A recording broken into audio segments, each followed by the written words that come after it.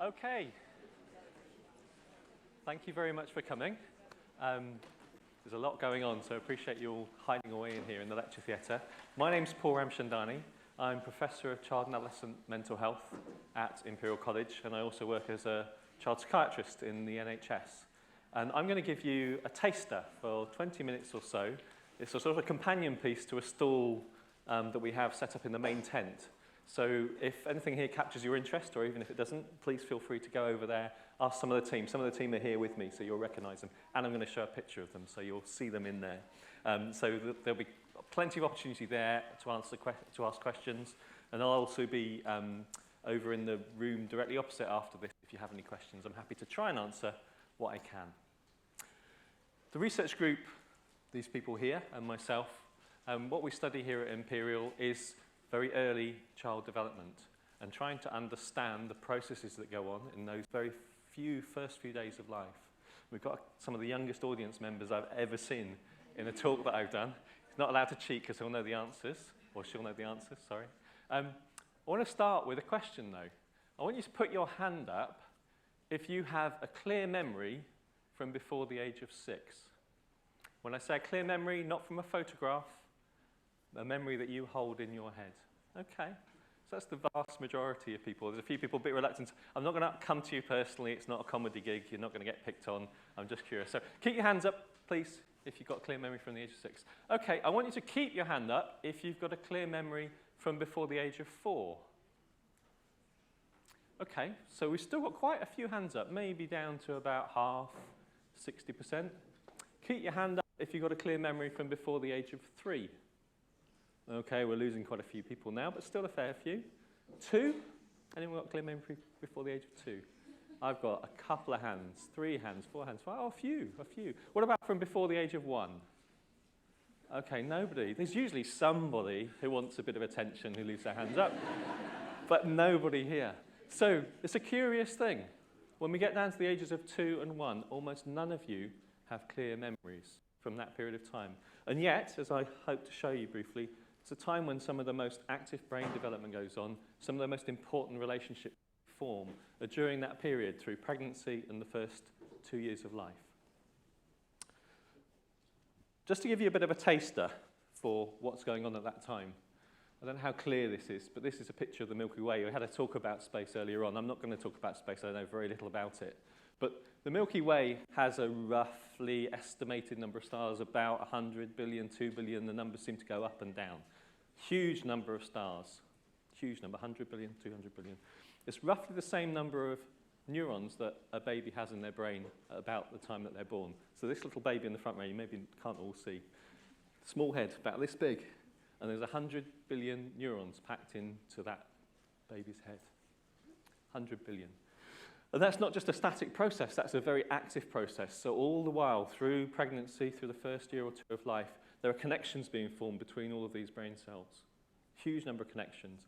And a huge number of connections being broken. The ones that aren't needed get broken. So you've got a huge turnover as well as this huge number of cells. And the best estimate that we have for the number of cells that get broken is about 60,000 every second. 60,000 every second connections are being broken down at around about the time of birth.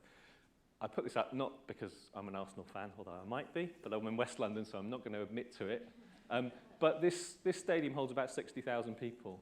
So if you think about that number of things being separated every single second during the first few weeks and months of life, that's the sort of intensity of activity going on inside a tiny, tiny baby's brain.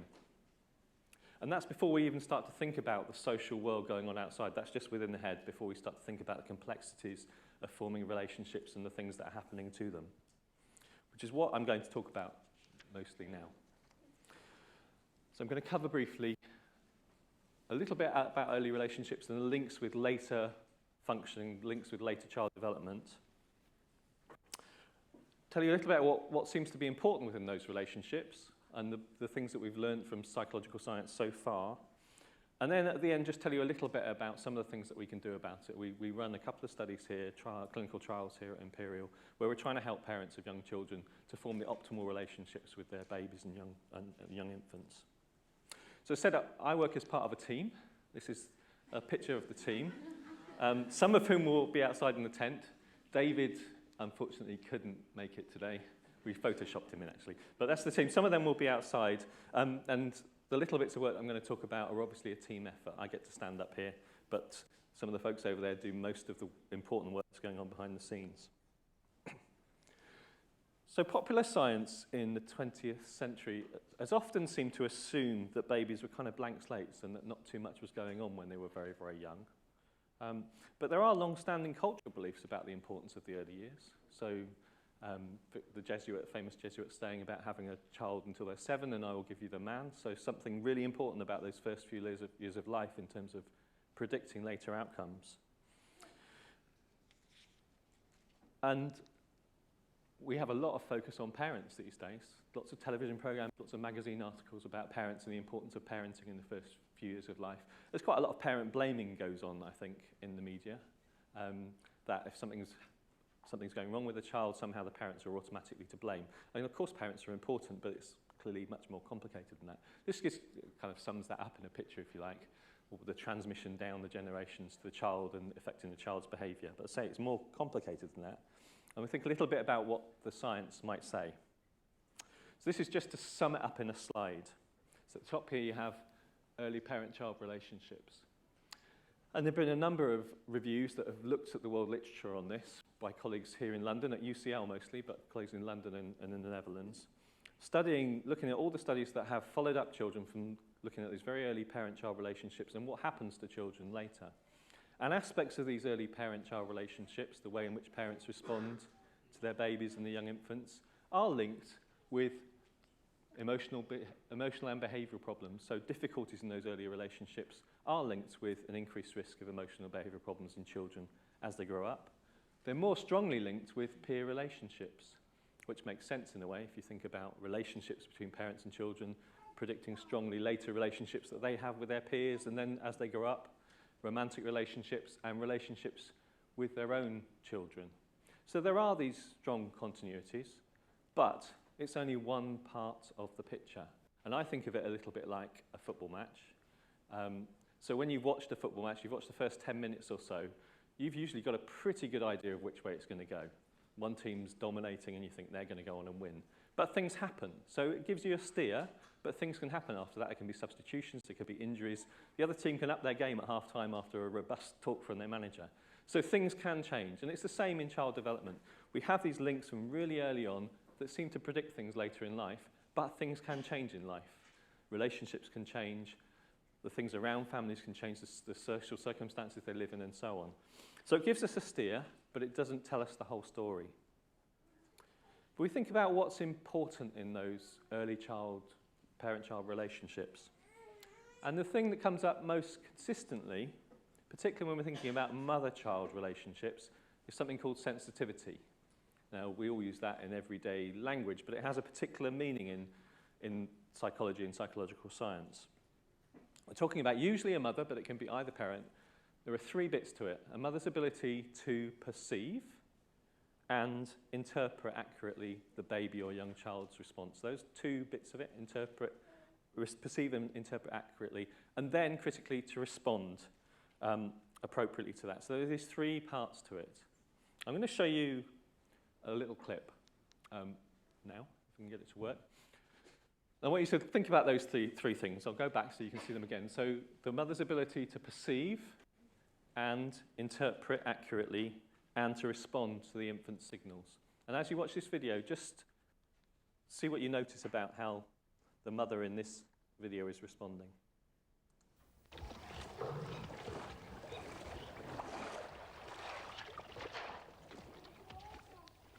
A lioness finds her curiosity blocked by a living wall.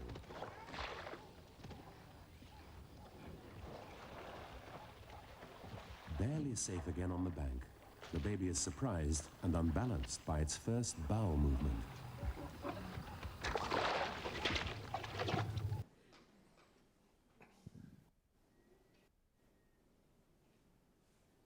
Oh, we're frozen.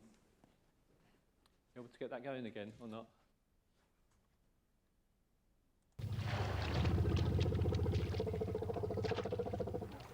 touch and voice soon reassure.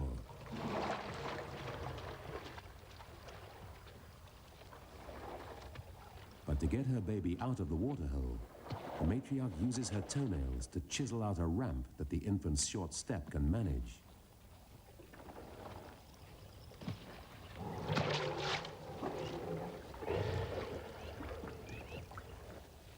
The lions monitor their every move.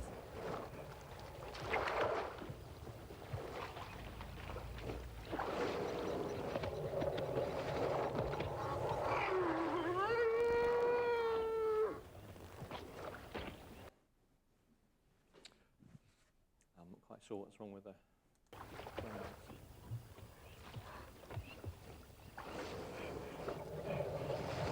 Confidently, the matriarch leads the baby and her older daughters and their calves through the gauntlet of lions.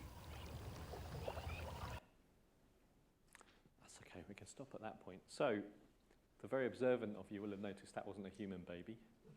But hopefully, you'll have seen in the response of the mother, initially when the baby falls down, picking it up and moving it along, responding in a reassuring way, and then noticing that the baby elephant needs steps to get out of the water. So responding, perceiving accurately and interpreting accurately, and then responding to the infant's needs. And that's really what we're talking about when we talk about sensitivity. So I've shown you, just in the blobogram I showed you earlier on, that sensitivity or parent-child interactions are linked with these later outcomes in children and as they go into adult life, and it's important. And I've shown you sensitivity here, but how do we know that a baby at that young age can really notice if a parent's being sensitive or not? Because it might just be a thing that happens. I want to show you another video clip now. This one has got a baby in it. It has got a baby in it that cries, so if you're particularly upset by babies crying, you might want to look away now or cover your ears. It's not terrible, but babies crying is always a bit upsetting. And again, I want you to, the video is self-explanatory, so you'll see what they're trying to cover. Babies this young are extremely responsive to the emotions and the reactivity and the social interaction that they get from the world around them. This is something that we started studying 30, 40 years ago, when people didn't think that infants could engage in social interaction. In the still face experiment, what the mother did was she sits down and she's playing with her baby, who's about a year of age. I'm like a girl. Oh. And she gives a greeting to the baby gives a greeting back to her. Yeah. This baby starts pointing at different places in the world, and the mother's trying to engage her and play with her. They're working to coordinate their emotions and their intentions, what they want to do in the world. And that's really what the baby is used to. And then we ask the mother to not respond to the baby. The baby very quickly picks up on this, and then she uses all of her abilities to try and get the mother back. She smiles at the mother.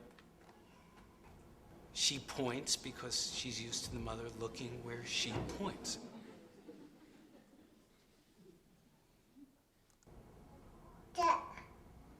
The baby puts both hands up in front of her and says, "What's happening here?" She makes that screechy sound at the mother, like, "Come on, why aren't we doing this?" Even in this 2 minutes, when they don't get the normal reaction, they react with negative emotions, they turn away, they feel the stress of it. They actually may lose control of their posture because of the stress that they're experiencing. Okay. I'm here. And what are you doing? Oh, yes. Oh, what a big girl. It's a little like the good, the bad, and the ugly. The good Sorry about is technical problem. that normal stuff that goes on, that we all do with our kids. The bad is when something bad happens, but the infant can overcome it. After all, when you stop the still face, the mother and the baby start to play again. The ugly is when you don't give the child any chance to get back to the good. There's no reparation, and they're stuck in that really ugly situation. Okay, so I've shown you there, hopefully, that what sensitivity looks like in an elephant, but also that babies are very sensitive to changes in the way that their parents respond to them. It's been a focus very much on mothers. I can see we've got a few guys in the audience, so we can talk a little bit about dads as well, because some of the same things relate to fathering as well as to mothering. I'm going to go back to animals. There's a wide range. We're going to talk about fathers and mothers. There's a wide range and a wide overlap between what mums and dads do generally in humans. So separating them out is somewhat artificial, but there are a few trends. And they use the emu because it's a nice illustration of something completely different. So the emu has almost a reversal of what we see as traditional, or people see as traditional roles in parenting, in that the father emu is the one that guards the egg. And Charles Darwin kind of described this first back a long time back, 1871. And he said the father not only performs the whole duty of incubation, but has to defend the young from their mother. We have a complete reversal not only of the parenting and incubating instincts, but also of the usual moral qualities of the two sexes. The females being savage, quarrelsome and noisy, the males gentle and good. So this is in the 1870s. Things have changed a little bit since then. But he was very struck by this seeming role reversal of mothers and fathers. As I say, in humans, certainly in the UK, when we think about the UK, the overlap between the ways mothers and fathers interact with their babies is huge.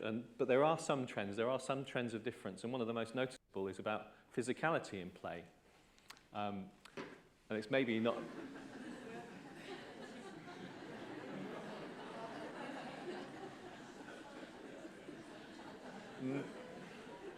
This may be not the best slide to make the point about the overlap, but you get my point. So there are some differences in physicality, and we see that in fathers of very, very young infants even.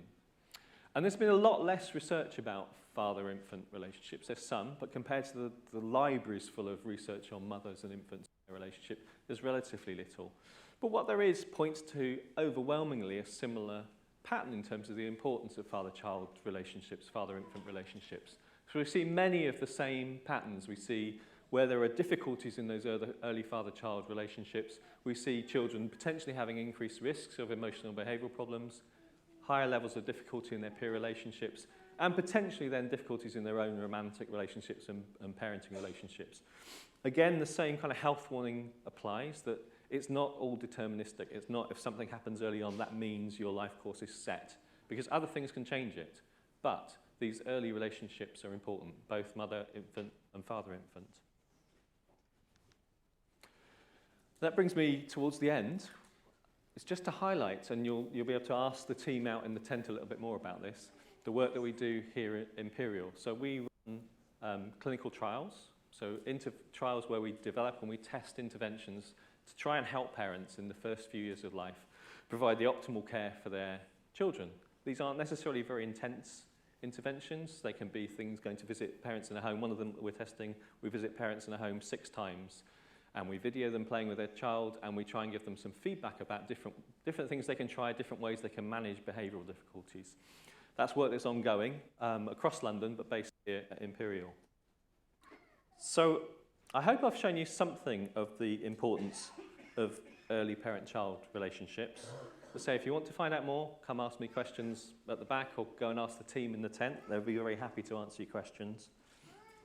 We often forget the importance of those early parent-child relationships. And I think that's partly because we don't have much memory of them. As you showed at the start, very, very few of you have any recollection of the first year of your life when all of this is happening, all of this is going on. And so it's difficult to hang on to how important that might be compared to the images and the memories we have of later childhood. So we miss something potentially important. Thank you very much for your time and attention.